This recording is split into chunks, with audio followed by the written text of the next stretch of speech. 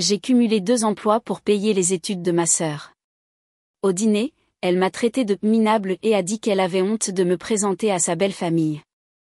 J'ai mis fin à son loyer et j'ai dit à la famille exactement pourquoi. Silence jusqu'au 1er du mois. Salut Reddit, attachez vos ceintures parce que celle-ci va vous énerver avant de devenir satisfaisante. Moi, Marc, 29 ans, j'ai besoin de vider mon sac. Et honnêtement, tout écrire pourrait m'aider à digérer le spectacle lamentable qu'est devenu ma famille. Je m'appelle Marc et je travaille dans le CVC commercial. Ce n'est pas glamour, je sais. Je rampe dans les combles par 50 degrés Celsius, je dépanne des systèmes cassés en plein mois de janvier quand il fait moins 10 degrés Celsius dehors, et je passe la moitié de mon temps couvert de fibres isolantes qui vous démangent pendant des jours. Mais vous savez quoi? Je suis sacrément bon dans ce que je fais.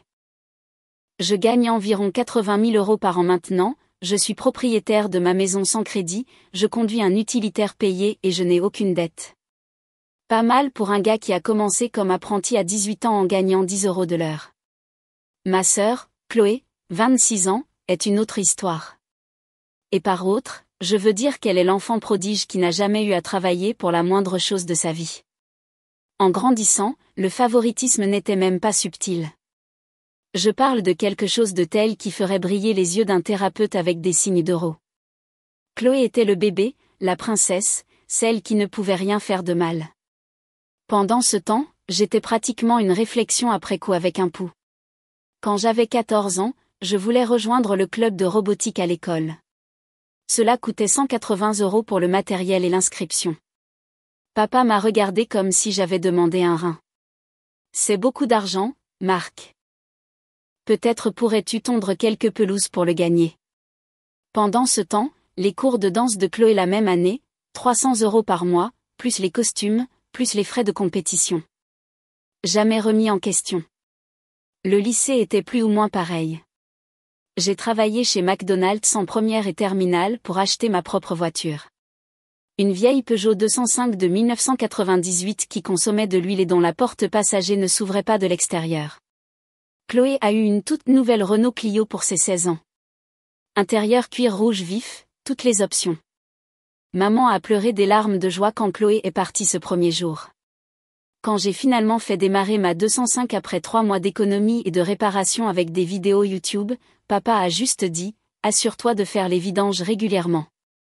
La véritable divergence s'est produite au moment des candidatures pour les études supérieures. J'avais des notes correctes, une moyenne de décembre 2020, rien de spectaculaire, mais solide.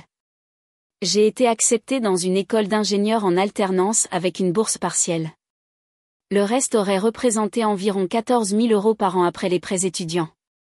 Je me souviens être assis à la table de la cuisine avec ma lettre d'acceptation, réellement enthousiaste pour une fois. Papa a à peine levé les yeux de son journal. Tu prévois de travailler pendant tes études, n'est-ce pas? Nous ne pouvons pas beaucoup aider. Ne pouvons pas beaucoup aider. Traduction, n'aideront pas du tout. La situation de Chloé pour les études, un univers complètement différent. Elle avait une moyenne de septembre 2020, a été rejetée de ses 3 premiers choix, mais a finalement réussi à se faufiler dans cette école de commerce privée chic à Paris, à 600 km de chez nous.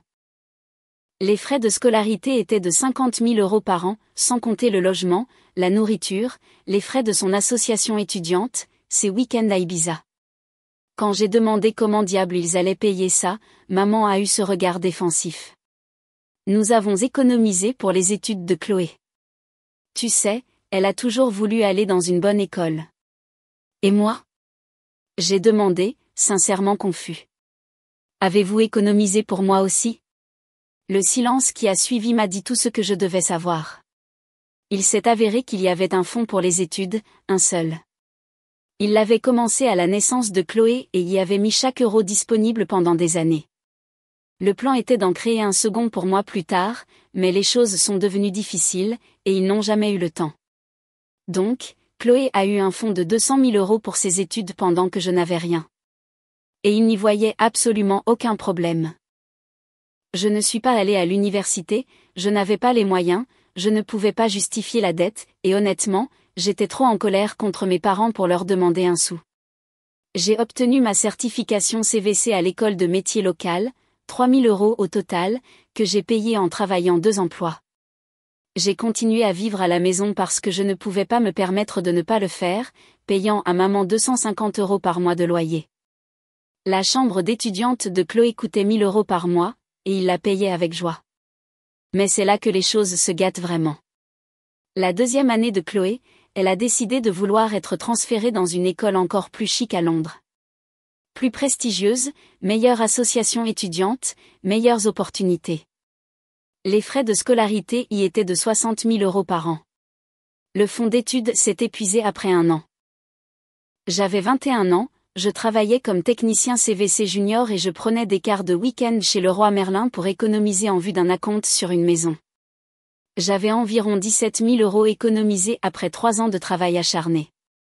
Je les gardais sur un compte d'épargne à haut rendement, les regardant grandir sou par sou. Maman m'a appelé dans le salon un dimanche. Papa était là aussi, l'air mal à l'aise, ce qui aurait dû être mon premier signe d'alerte. Marc, chérie, il faut qu'on parle de Chloé. On y va, pensais-je.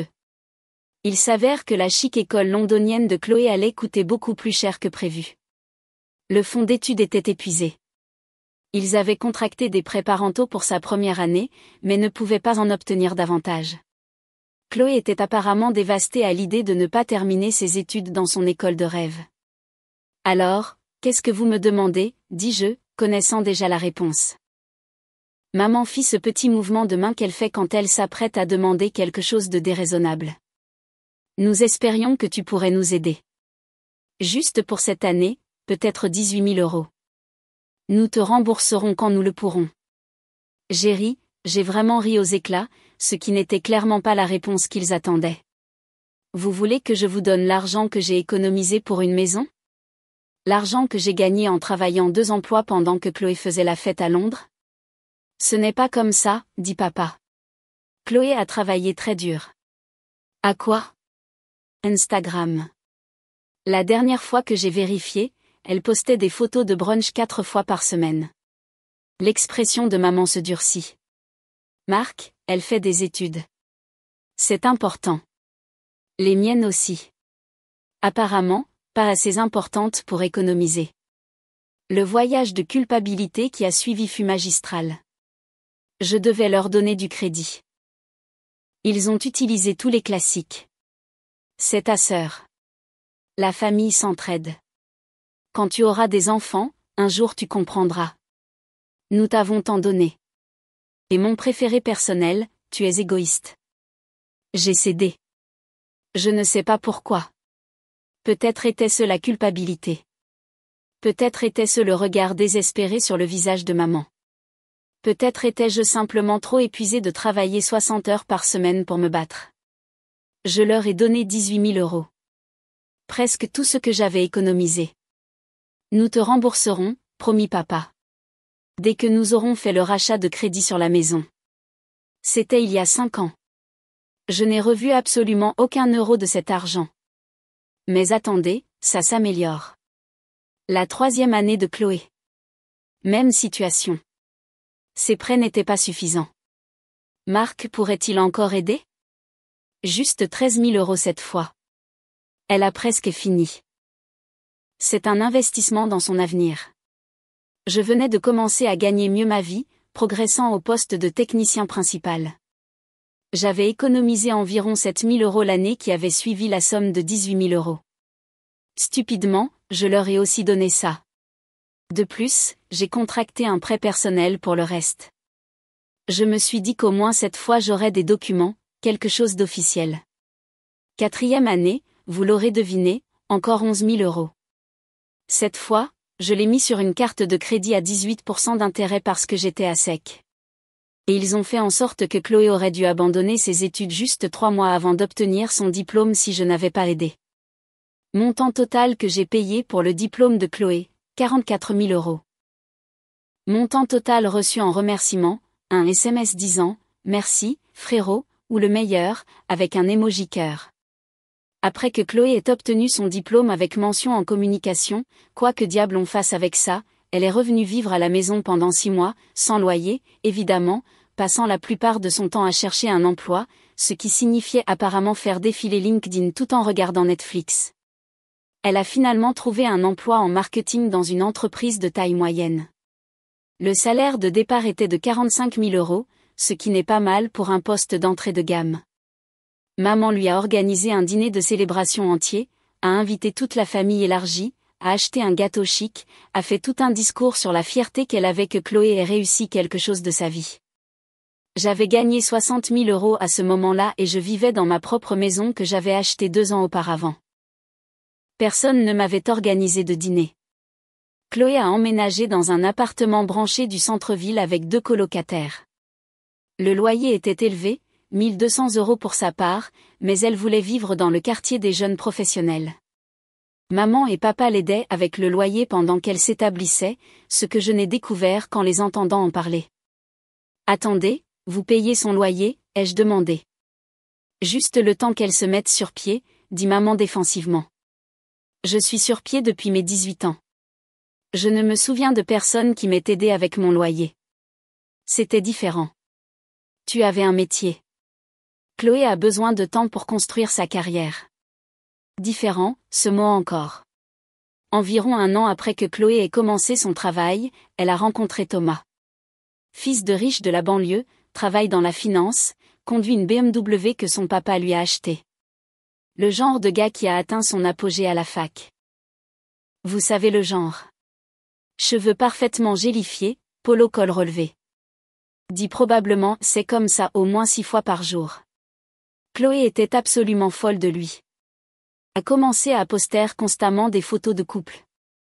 Eux dans des restaurants chics, eux à la maison de campagne de sa famille, eux en week-end à Nice et à Bordeaux.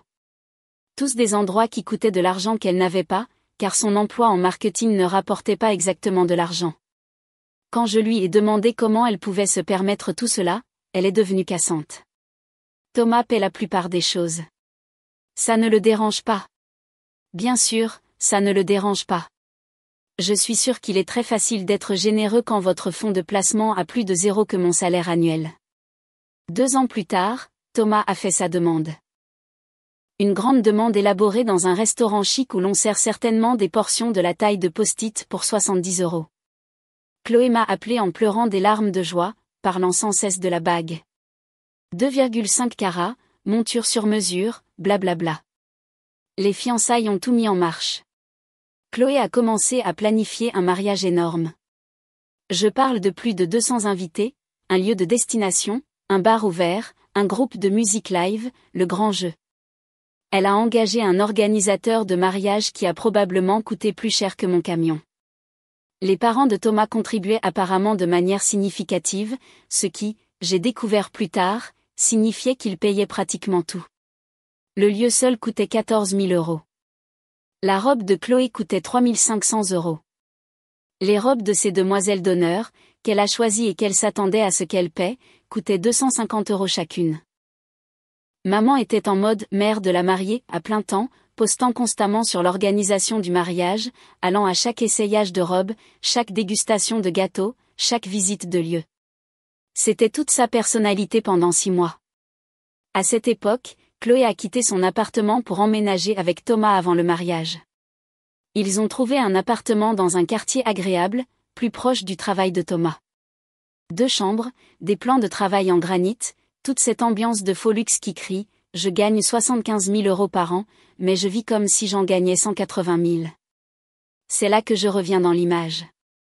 Le travail de Chloé s'était plutôt bien passé, mais elle avait été ignorée pour une promotion. Elle gagnait environ 48 000 € maintenant après 3 ans, ce qui était correct, mais pas génial pour quelqu'un qui n'avait aucun prêt étudiant. Grâce à la banque de marque, Thomas gagnait environ 90 000 € dans la finance, ce qui semble beaucoup jusqu'à ce que vous vous souveniez qu'il remboursait les mensualités d'une BMW en leasing, les prêts étudiants pour son propre diplôme et essayait d'économiser pour le mariage. Le loyer de l'appartement était de 2 200 € par mois. Il le partageait équitablement, sauf que Chloé ne pouvait pas vraiment se permettre sa moitié avec son salaire, pas avec toutes ses autres dépenses. Donc, Thomas couvrait environ 1 600 € et elle payait 600 €. Cet arrangement a duré environ 4 mois avant que Thomas ne commence à s'énerver à propos de l'argent. Il a commencé à faire des commentaires sur le fait que Chloé devait prendre ses responsabilités financières. Qu'il ne pouvait pas continuer à subventionner son style de vie. Vraiment charmant ce type. C'est là que Chloé m'a appelé. Salut, j'ai une énorme faveur à te demander. J'étais en train de diagnostiquer un compresseur défectueux dans le système de climatisation d'un immeuble de bureau, suant à grosses gouttes dans une chaufferie à 35 degrés Celsius. Quoi de neuf? Thomas est un parfait crétin avec l'argent. Il veut que je paie une plus grande part du loyer, mais je ne peux littéralement pas me le permettre avec les dépenses du mariage et tout. Je me demandais si tu pouvais m'aider. J'ai presque laissé tomber mon multimètre. T'aider? Comment? Juste couvrir mon loyer pendant quelques mois le temps que je m'organise. Ce n'est que 1100 € par mois. Seulement 1100 € par mois? Bien sûr. Monnaie de poche. Chloé, j'ai déjà payé toutes tes études. Je ne vais pas payer ton loyer aussi. Tu n'as pas payé toutes mes études, dit-elle défensivement. Maman et papa ont aidé avec le fonds d'études qu'ils ont économisé exclusivement pour toi pendant que je n'avais rien. Oui, ils ont aidé. D'accord. Pourquoi tu ramènes ça sur le tapis? C'était il y a une éternité. C'était il y a 5 ans et tu ne m'as toujours pas remboursé un seul euro.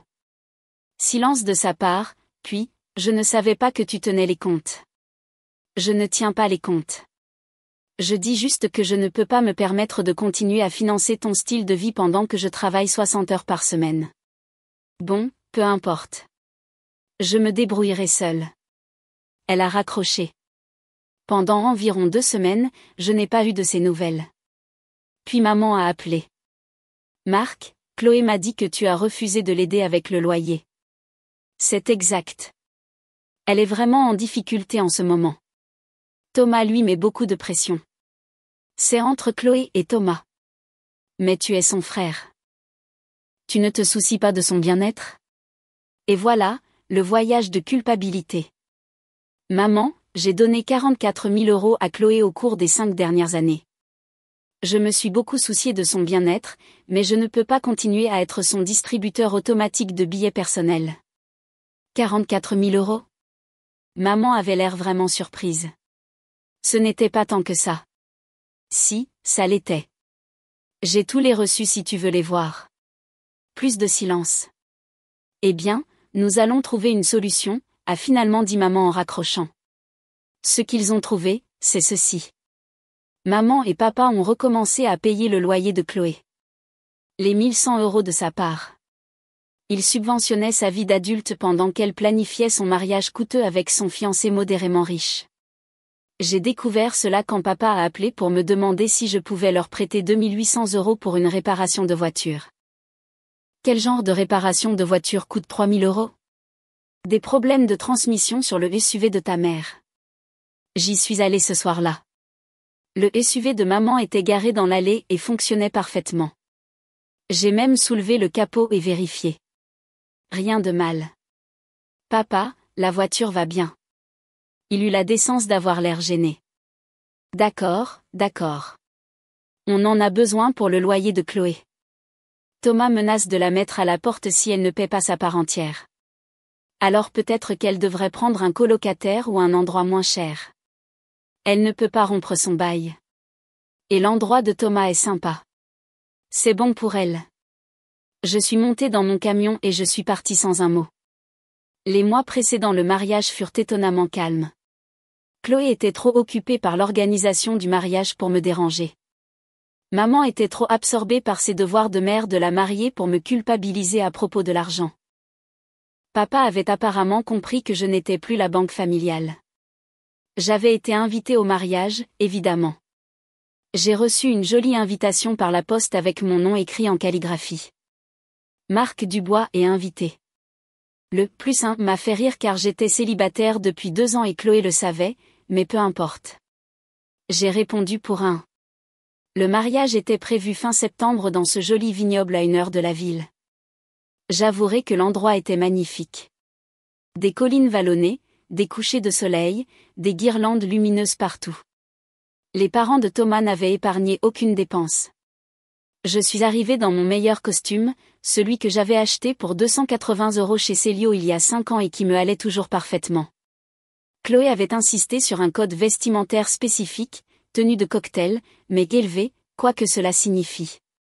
La cérémonie s'est bien passée. Chloé avait l'air heureuse. Thomas ressemblait à tous les traders de la finance qui aient jamais existé.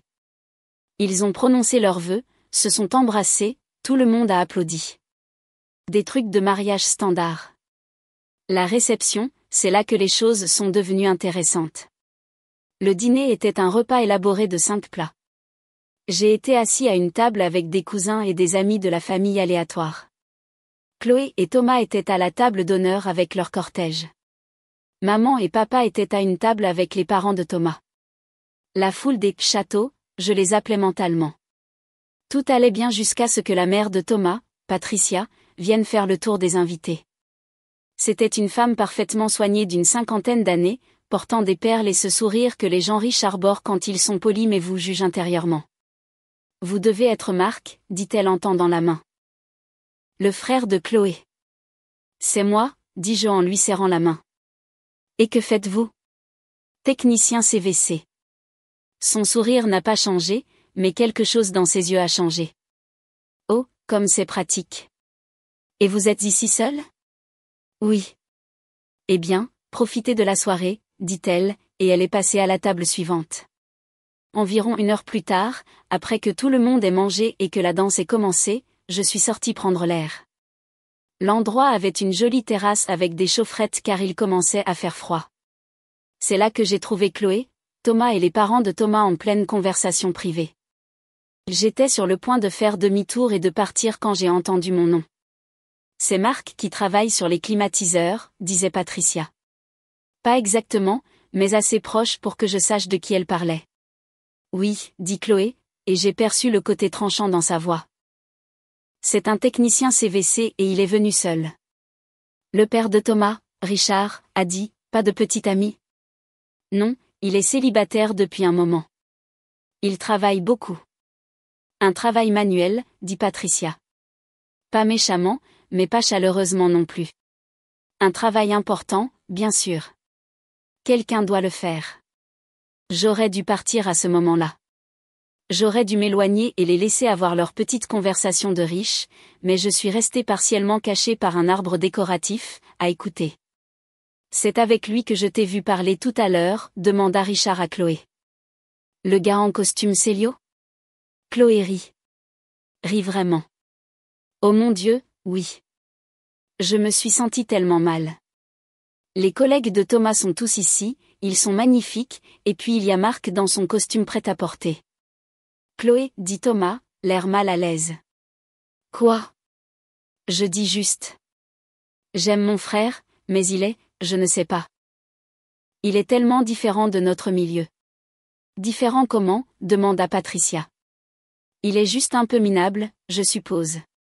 Genre, il gagne un bon salaire pour ce qu'il fait. Mais il n'a aucune ambition. Il vit dans cette petite maison, conduit un camion usé, travaille tout le temps. Il n'essaie même pas de s'améliorer. Les mots me frappèrent comme un coup physique. Chloé, dit Thomas à nouveau, plus fermement cette fois. Je suis sérieux. J'étais en fait un peu gênée de le présenter à tes parents tout à l'heure. Tout le monde ici est avocat ou dans la finance ou dirige une entreprise. Et puis il y a mon frère qui répare des climatiseurs. Mes mains tremblaient. 5 ans. 5 ans à sacrifier mes économies, à contracter des prêts, à mettre ma propre vie en suspens pour payer ses études. Et voilà ce qu'elle pensait vraiment de moi. Il a l'air assez gentil, dit Patricia diplomatiquement. Il est gentil, dit Chloé. Il n'a juste pas de succès. Maman et papa ont essayé, tu sais, mais il a choisi l'école de métier au lieu de l'université. Que voulez-vous faire? Choisi, comme si j'avais eu le choix. Comme s'ils n'avaient pas vidé leur fonds d'études pour elle et ne m'avaient rien laissé. Je me suis retournée et je suis rentrée, le visage brûlant. Je suis allée directement au bar et j'ai commandé un whisky. Je l'ai bu d'un trait. J'en ai commandé un autre. J'en étais à mon 3e quand maman m'a trouvée. Marc, te voilà. Les parents de Thomas veulent faire une photo de famille avec tout le monde. Je passe. Quoi? Ne sois pas ridicule. Allez. J'ai dit non. Elle m'a attrapé le bras. Qu'est-ce qui ne va pas chez toi? Je me suis dégagée. Demande à Chloé ce qui ne va pas chez moi. Ou mieux encore, demande-lui ce qu'elle pense de son frère minable qui l'embarrasse devant sa belle famille chic. Le visage de maman devint pâle. Tu as entendu ça? Chaque mot. Marc, elle ne voulait pas. Oui, elle le voulait. Et tu sais quoi? J'en ai assez. Je suis partie. Je n'ai dit au revoir à personne. Je n'ai pas fait de scène. J'ai juste marché jusqu'à mon camion et je suis rentrée chez moi. Le lundi après le mariage, j'ai fait 3 choses. Premièrement, j'ai appelé ma banque et j'ai transféré 1100 € de mon épargne vers le compte de loyer de Chloé. Le compte que j'avais créé 3 mois auparavant lorsque maman m'avait demandé d'aider temporairement Chloé avec son loyer pendant qu'elle et Thomas s'organisaient. Je le payais chaque mois comme un idiot. Même après qu'elle m'ait traité d'incompétent devant la famille de Thomas, le virement était là depuis septembre, programmé pour un prélèvement automatique le 1er octobre. Je l'ai annulé. J'ai annulé le paiement récurrent aussi. Deuxièmement, j'ai envoyé un email détaillé à mes parents et à Chloé. Objet, rendu des comptes financiers. Dans cet email, j'ai détaillé chaque euro que j'avais payé pour les études de Chloé. Chaque virement bancaire, chaque paiement de prêt personnel, chaque charge de carte de crédit, 44 000 €, détaillés par semestre et par année. J'ai inclus des copies de mes relevés bancaires, des documents de prêt, des factures de carte de crédit, tout.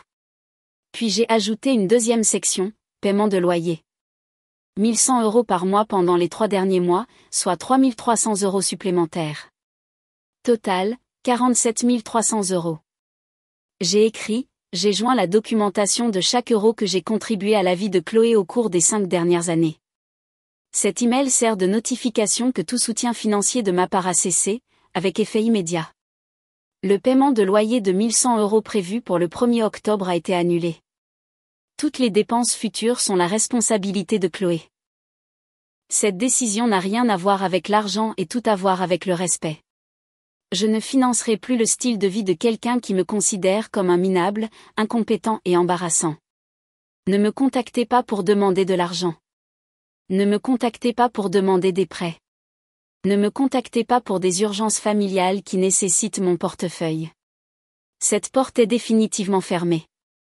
Pour mémoire, je n'ai pas choisi l'école de métier plutôt que l'université. J'ai choisi l'école de métier parce qu'il n'y avait pas de fonds pour mes études. Je n'ai pas d'échec. Je suis propriétaire de ma maison. Je n'ai aucune dette. Et je gagne très bien ma vie en faisant un travail où je suis bon. Je n'ai pas honte de ma vie et je ne laisserai pas la supériorité déplacée de qui que ce soit me faire sentir mal à propos de mes choix. Bonne chance avec le loyer. Marc a appuyé sur envoyer. Je me suis senti incroyable. Troisièmement, j'ai bloqué le numéro de Chloé. J'ai bloqué maman et papa aussi. J'ai dégagé mon calendrier de tous les événements familiaux pour le futur proche. Puis je suis allée travailler. Le silence a duré jusqu'à 23h47 le 30 septembre. C'est là que Chloé a appelé depuis le téléphone de Thomas. J'avais bloqué son numéro, mais pas le sien. J'ai répondu par curiosité. Quoi? Marc? La voix de Chloé, aiguë et paniquée. Marc? Oh mon Dieu! J'ai essayé de t'appeler toute la journée. Je t'ai bloqué. Pourquoi? Qu'est-ce que j'ai fait? J'ai failli rire. Tu plaisantes, n'est-ce pas? C'est à propos du mariage?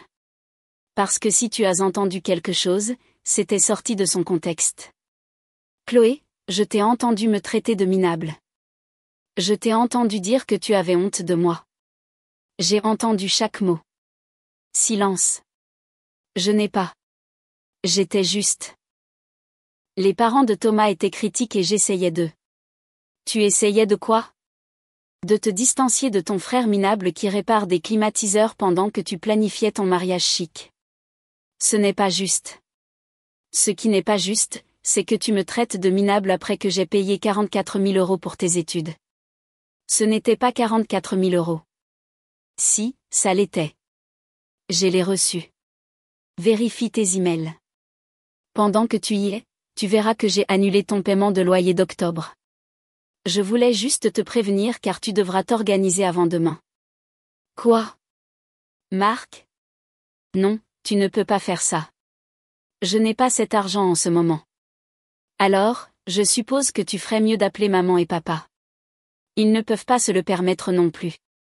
Ils ont couvert d'autres dépenses de mariage. Pas mon problème. Marc, s'il te plaît. Thomas menace déjà de me mettre à la porte si je ne paie pas ma part. Si ce paiement ne passe pas, je suis fichu. Tu aurais dû y penser avant de me dénigrer auprès de ta belle famille. Je suis désolé. D'accord. Je suis désolé. Je ne le pensais pas. Oui, tu le pensais. Tu pensais chaque mot. Et maintenant, tu dois faire face aux conséquences. J'ai raccroché. J'ai bloqué le numéro de Thomas aussi. Les 3 heures suivantes furent intenses. J'ai reçu des appels des personnes suivantes, que j'ai toutes bloquées ou envoyées vers la messagerie vocale. Maman, 6 appels. Papa, 8 appels. Chloé, depuis ce que je suppose être le téléphone des parents de Thomas. Ma tante Claire, à qui je n'avais pas parlé depuis 3 ans. Mon cousin Thomas, que je n'aime vraiment pas, et Thomas lui-même depuis son téléphone professionnel. J'ai écouté exactement un message vocal de papa. Marc, c'est ridicule. Chloé est sur le point d'être expulsée. Tu dois envoyer cet argent pour le loyer tout de suite et nous pourrons en parler plus tard. C'est ta sœur. La famille ne fait pas ça à la famille. Je l'ai supprimé. 1er octobre. Le loyer est dû. Mon téléphone commence à exploser à 8 heures du matin. Je suis sur un chantier en train d'installer une nouvelle unité de climatisation dans un immeuble de bureau. Mon téléphone est en silencieux, mais je vois les notifications s'accumuler. SMS, appels manqués, messages vocaux. J'ignore tout cela et me concentre sur mon travail. Pause déjeuner à midi. Je consulte enfin mon téléphone. 47 appels manqués. 93 SMS, 12 messages vocaux. Les SMS sont un voyage à travers les 5 étapes du deuil. Chloé, d'un numéro que je ne reconnais pas, Marc, s'il te plaît, je t'en supplie. Le paiement n'est pas passé et Thomas panique. Il menace d'appeler ses parents. C'est tellement humiliant. S'il te plaît, envoie juste l'argent et on pourra parler de tout. Maman, Marc Dubois, tu réponds à ton téléphone tout de suite. Ta sœur est en crise. Papa, fiston, je ne sais pas ce que Chloé t'a dit, mais c'est trop loin. Elle pourrait se retrouver sans abri. Chloé encore, je n'arrive pas à croire que tu me fasses ça après tout ce que nous avons traversé. Après que j'ai été là pour toi quand Léa t'a quitté. Note de ma part, Chloé n'était pas là pour moi quand Léa m'a quitté. Elle a envoyé un SMS disant « c'est nul ». Puis elle a demandé si je pouvais l'aider à déménager. Les SMS continuent, maman, d'accord. Si tu n'envoies pas l'argent, je le ferai, mais nous devons discuter de ton problème d'attitude. 2 heures plus tard, Chloé. Maman a envoyé l'argent, mais maintenant, elle et papa ne peuvent pas payer leur prêt immobilier. J'espère que tu es content. Thomas, d'un autre numéro. Mec, c'est entre toi et Chloé, mais me mêler à ça n'est pas cool. D'homme à homme, il faut qu'on parle. Je capture toutes ces captures d'écran. Je les enregistre dans un dossier appelé « preuve familiale ». Puis je retourne au travail. Ce soir-là, on frappe à ma porte. C'est papa, l'air épuisé. Je peux entrer? J'ai failli dire non, mais la curiosité l'a emporté. Faites vite. Il s'assoit sur mon canapé sans y être invité. Il regarde mon salon comme s'il ne l'avait jamais vu, même s'il est venu souvent. Ta mère et moi avons dû vider nos économies pour couvrir le loyer de Chloé. D'accord. D'accord, c'est tout ce que tu as à dire? Qu'est-ce que vous voulez que je dise? Je vous ai dit il y a 3 mois que je n'allais pas continuer à le payer. Tu n'as pas dit que tu la couperais sans préavis. J'ai donné un préavis dans mon email, envoyé lundi matin. Le loyer n'était pas dû avant vendredi. Ça fait 4 jours de préavis. 4 jours pour trouver 1100 €. 4 ans pour me rembourser 44 000 €. Le visage de papa devient rouge. Cet argent était un cadeau. Non, c'était des prêts que vous avez promis de rembourser. Au pluriel. Plusieurs prêts pour lesquels je paie toujours des intérêts. Pendant que Chloé se plaint de la façon dont je l'embarrasse. Elle était contrariée au mariage. Elle ne voulait pas. Papa, arrête. Elle voulait exactement ce qu'elle a dit. Elle pense que je suis un minable. Vous avez pensé ça pendant des années. La différence, c'est qu'elle l'a enfin dit à voix haute. Ce n'est pas vrai. Non. Quand avez-vous demandé la dernière fois comment allait mon travail? Quand avez-vous venu voir ma maison la dernière fois? Assister à un événement important de ma vie qui n'impliquait pas de donner de l'argent à Chloé? Il est silencieux. C'est ce que je pensais. Vous pouvez partir. Marc sort de ma maison. Il s'en va. Je verrouille la porte derrière lui. Au cours de la semaine suivante, la campagne pour me briser s'intensifie. Maman passe sur mon chantier. Elle se présente en fait à cet immeuble de bureau où j'installe des conduits. La sécurité doit l'escorter dehors parce qu'elle hurle à quel point je suis un fils terrible dans le hall. Chloé crée un faux compte Facebook pour m'envoyer des messages parce que j'ai bloqué son vrai. Le message fait 7 paragraphes et parle de la façon dont je déchire la famille et de la façon dont elle va perdre Thomas et de la façon dont tout est de ma faute. Je fais une capture d'écran, bloque le compte et retourne regarder Netflix.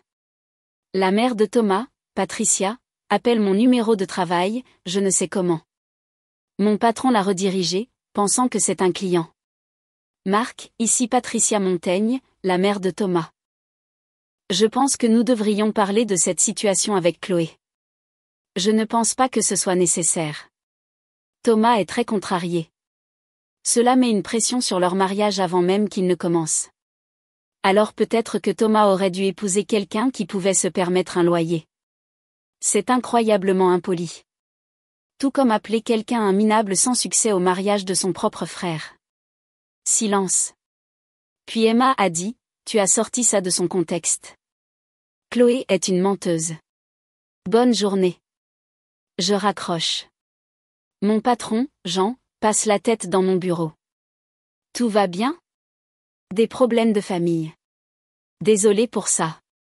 Pas de souci, cependant. Peut-être ne réponds pas à ta ligne professionnelle si tu vas dire bonne journée à des dames riches sur ce ton. Il sourit, cependant. Le tournant survient 2 semaines après que j'ai coupé les ponts avec Chloé. Je suis chez le roi Merlin pour acheter des fournitures quand je tombe sur Thomas. Pure coïncidence. Il est dans le rayon électricité, l'air perdu, et je prends des serre-fils. Marc. Thomas. Silence gênant. On peut parler? Ça dépend. Tu es là pour me convaincre de payer le loyer de Chloé? Non, en fait, je suis là pour m'excuser. Ça m'arrête. De quoi? De ne pas avoir mis fin à cette conversation au mariage. Quand mes parents et Chloé te dénigraient, j'aurais dû dire quelque chose. Au lieu de ça, je suis resté assis là comme un lâche. J'étudie son visage, essayant de comprendre si c'est une sorte de tactique de manipulation. Chloé m'a tout raconté, continue-t-il. À propos de l'argent pour les études. À propos des prêts que tu as contractés. Elle m'a menti sur beaucoup de choses. Comme quoi? Comme la façon dont elle payait le loyer avant que nous nous marions. Il s'avère que tes parents couvraient la moitié et que tu couvrais l'autre moitié. Je pensais qu'elle payait avec son salaire. Quand j'ai découvert qu'elle avait menti, ça a un peu tout remis en question. Alors, quoi? Tu la jettes dehors? Non, mais je la fais payer sa part entière à partir de maintenant. Mes parents ont aussi eu des choses à dire sur cette conversation au mariage. Ma mère s'est sentie mal après que tu lui aies dit que Chloé mentait sur ta situation. Elle a fait quelques calculs et a réalisé que tu gagnes presque autant que moi, sauf que tu es propriétaire de ta maison et que je suis noyée dans les prêts étudiants. Cette conversation entière me semble surréaliste. Pourquoi tu me racontes ça? Parce que Chloé a joué la victime auprès de tous ceux qui voulaient l'entendre. Et quelqu'un doit dire la vérité.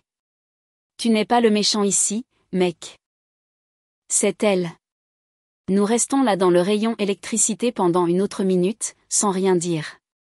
Pour ce que ça vaut, dit finalement Thomas, je pense que tu as pris la bonne décision. Il s'en va. J'achète mes serre-files et je rentre chez moi. Cette conversation a dû déclencher quelque chose parce que le lendemain, je reçois un appel de maman. J'ai failli ne pas répondre, mais quelque chose me dit de décrocher. Marc, maman, ton père et moi devons te parler. Peux-tu venir? Pourquoi? S'il te plaît, juste s'il te plaît. Contre mon meilleur jugement, je m'y rends ce soir-là. Tous les deux sont assis dans le salon. Papa a l'air d'avoir vieilli de 10 ans en 2 semaines. Les yeux de maman sont rouges comme si elle avait pleuré.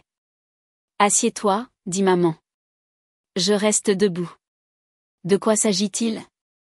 Papa se racle la gorge. Nous avons beaucoup réfléchi à tout. À la façon dont nous t'avons traité au fil des ans. J'attends. Nous te devons des excuses, dit maman, des vraies. Pas seulement à propos du fonds pour les études, mais à propos de tout. La façon dont nous avons favorisé Chloé. La façon dont nous t'avons tenu pour acquis. La façon dont nous avons traité ton travail comme s'il était d'une manière ou d'une autre inférieure au sien. Qu'est-ce qui a provoqué ça? La mère de Thomas nous a appelés, dit papa, a dit des choses qui étaient difficiles à entendre sur la façon dont nous avions élevé Chloé à penser qu'elle était meilleure que les autres. La façon dont nous lui avions permis de devenir quelqu'un qui utilise les gens et les jette. Elle a aussi dit, maman continue, la voix brisée, que si elle avait eu un fils qui avait payé toutes les études de sa sœur et n'avait rien demandé en retour, elle le remercierait tous les jours au lieu de le traiter comme une banque. Le silence s'abat sur la pièce. Elle a raison, dit enfin papa. Tout ce que Patricia a dit, elle a raison. Nous avons été de terribles parents pour toi. Je ne sais pas quoi dire. C'est ce que je voulais entendre depuis des années. Mais maintenant que cela arrive, cela semble creux. Chloé déménage, dit maman. Thomas lui a dit que soit elle met ses finances en ordre, soit les fiançailles sont rompues. Elle revient vivre à la maison avec nous. Et vous la laissez faire? Nous lui ferons payer un loyer, dit papa. 1 000 € par mois, le même prix que le marché pour une chambre dans ce quartier. Elle ne peut pas se le permettre avec son salaire. Alors elle devra trouver une solution, dit maman fermement. Nous ne pouvons pas continuer à encourager ce comportement. Patricia a été très claire. Si nous continuons à sauver Chloé de toutes les conséquences, elle n'apprendra jamais. C'est surréaliste d'entendre ma mère dire cela. La même femme qui avait une fois conduit les devoirs oubliés de Chloé à l'école pendant sa semaine d'examen à l'université. Et l'argent que je vous ai prêté? Je demande. Les 44 000 €? Ils échangent un regard. Nous ne pouvons pas le rembourser entièrement tout de suite, admet papa. Mais nous voulons établir un plan de paiement. 450 € par mois jusqu'à ce que ce soit remboursé. Nous le mettrons par écrit. Le rendrons officiel. Pourquoi devrais-je croire que vous paierez réellement? Parce que si nous ne le faisons pas, dit maman, Patricia Montaigne a clairement indiqué qu'elle s'assurerait que tout le monde dans leur cercle social sache exactement quel genre de personne nous sommes. Et après l'avoir rencontrée, elle et ses amis, je ne peux pas me permettre un tel suicide social. Donc, ce n'est pas la culpabilité, c'est la pression sociale. D'une certaine manière, c'est à la fois décevant et peu surprenant. J'y réfléchirai, dis-je, et je pars. 2 jours plus tard, Chloé se présente chez moi. Je la regarde à travers la caméra de mon visiophone pendant 1 minute entière avant de décider d'ouvrir la porte. Elle a l'air mal en point, les cheveux en chignon désordonnés, pas de maquillage, vêtue d'un jogging et d'un vieux sweat à capuche de la fac que je me souviens lui avoir acheté sa première année. Je ne te donne pas d'argent, dis-je avant qu'elle ne puisse parler. Je ne suis pas là pour l'argent. Alors qu'est-ce que tu veux? T'excuser? T'excuser vraiment, pas le que j'ai essayé de faire au téléphone. Je m'adosse à l'encadrement de la porte, les bras croisés. J'écoute. J'ai été une complète au mariage. Tout ce que j'ai dit sur toi était faux et cruel. Et je l'ai dit pour essayer d'impressionner les parents de Thomas, ce qui rend la chose encore pire. Tu n'as été que soutien toute ma vie. Et je t'ai repayé en te traitant comme si tu étais inférieur à moi. Continue. J'ai réfléchi à la raison pour laquelle j'ai agi ainsi. Et je pense que c'est parce que j'étais jalouse. Jalouse de quoi? De toi. Du fait que tu as ta en ordre. Tu as une maison. Tu es bon dans ton travail. Tu es indépendant. Pendant ce temps, j'ai 26 ans, je vis avec mon fiancé qui a menacé de me quitter pour l'argent du loyer, je travaille dans un emploi que je déteste, je suis noyée dans les dettes du mariage et je suis complètement dépendante des autres pour survivre. Tu as un diplôme que j'ai payé. Tu pourrais obtenir un meilleur emploi avec un diplôme en communication, Marc. J'ai foiré. J'ai choisi la mauvaise majeure, j'ai travaillé juste assez pour obtenir mon diplôme, et maintenant je suis coincée dans cette médiocrité des médias pendant que tu as réellement du succès. Je pensais que j'étais un échec. Elle grimace. Je sais. Je suis désolée. J'ai dit ça parce que ça me faisait me sentir mieux à propos de mes propres échecs. Si je pouvais me convaincre que ta vie était pire que la mienne, alors je n'aurais pas à faire face à quel point j'avais raté la mienne. Nous restons là en silence. C'est la conversation la plus honnête que Chloé et moi ayons jamais eue. Thomas a rompu les fiançailles, dit-elle finalement. Il a dit qu'il avait besoin de temps pour savoir si j'étais la personne qu'il pensait. Je retourne vivre à la maison. Maman me fait payer le loyer. Je peux à peine me le permettre. Ma vie s'écroule. Et tu avais raison de me couper les vivres.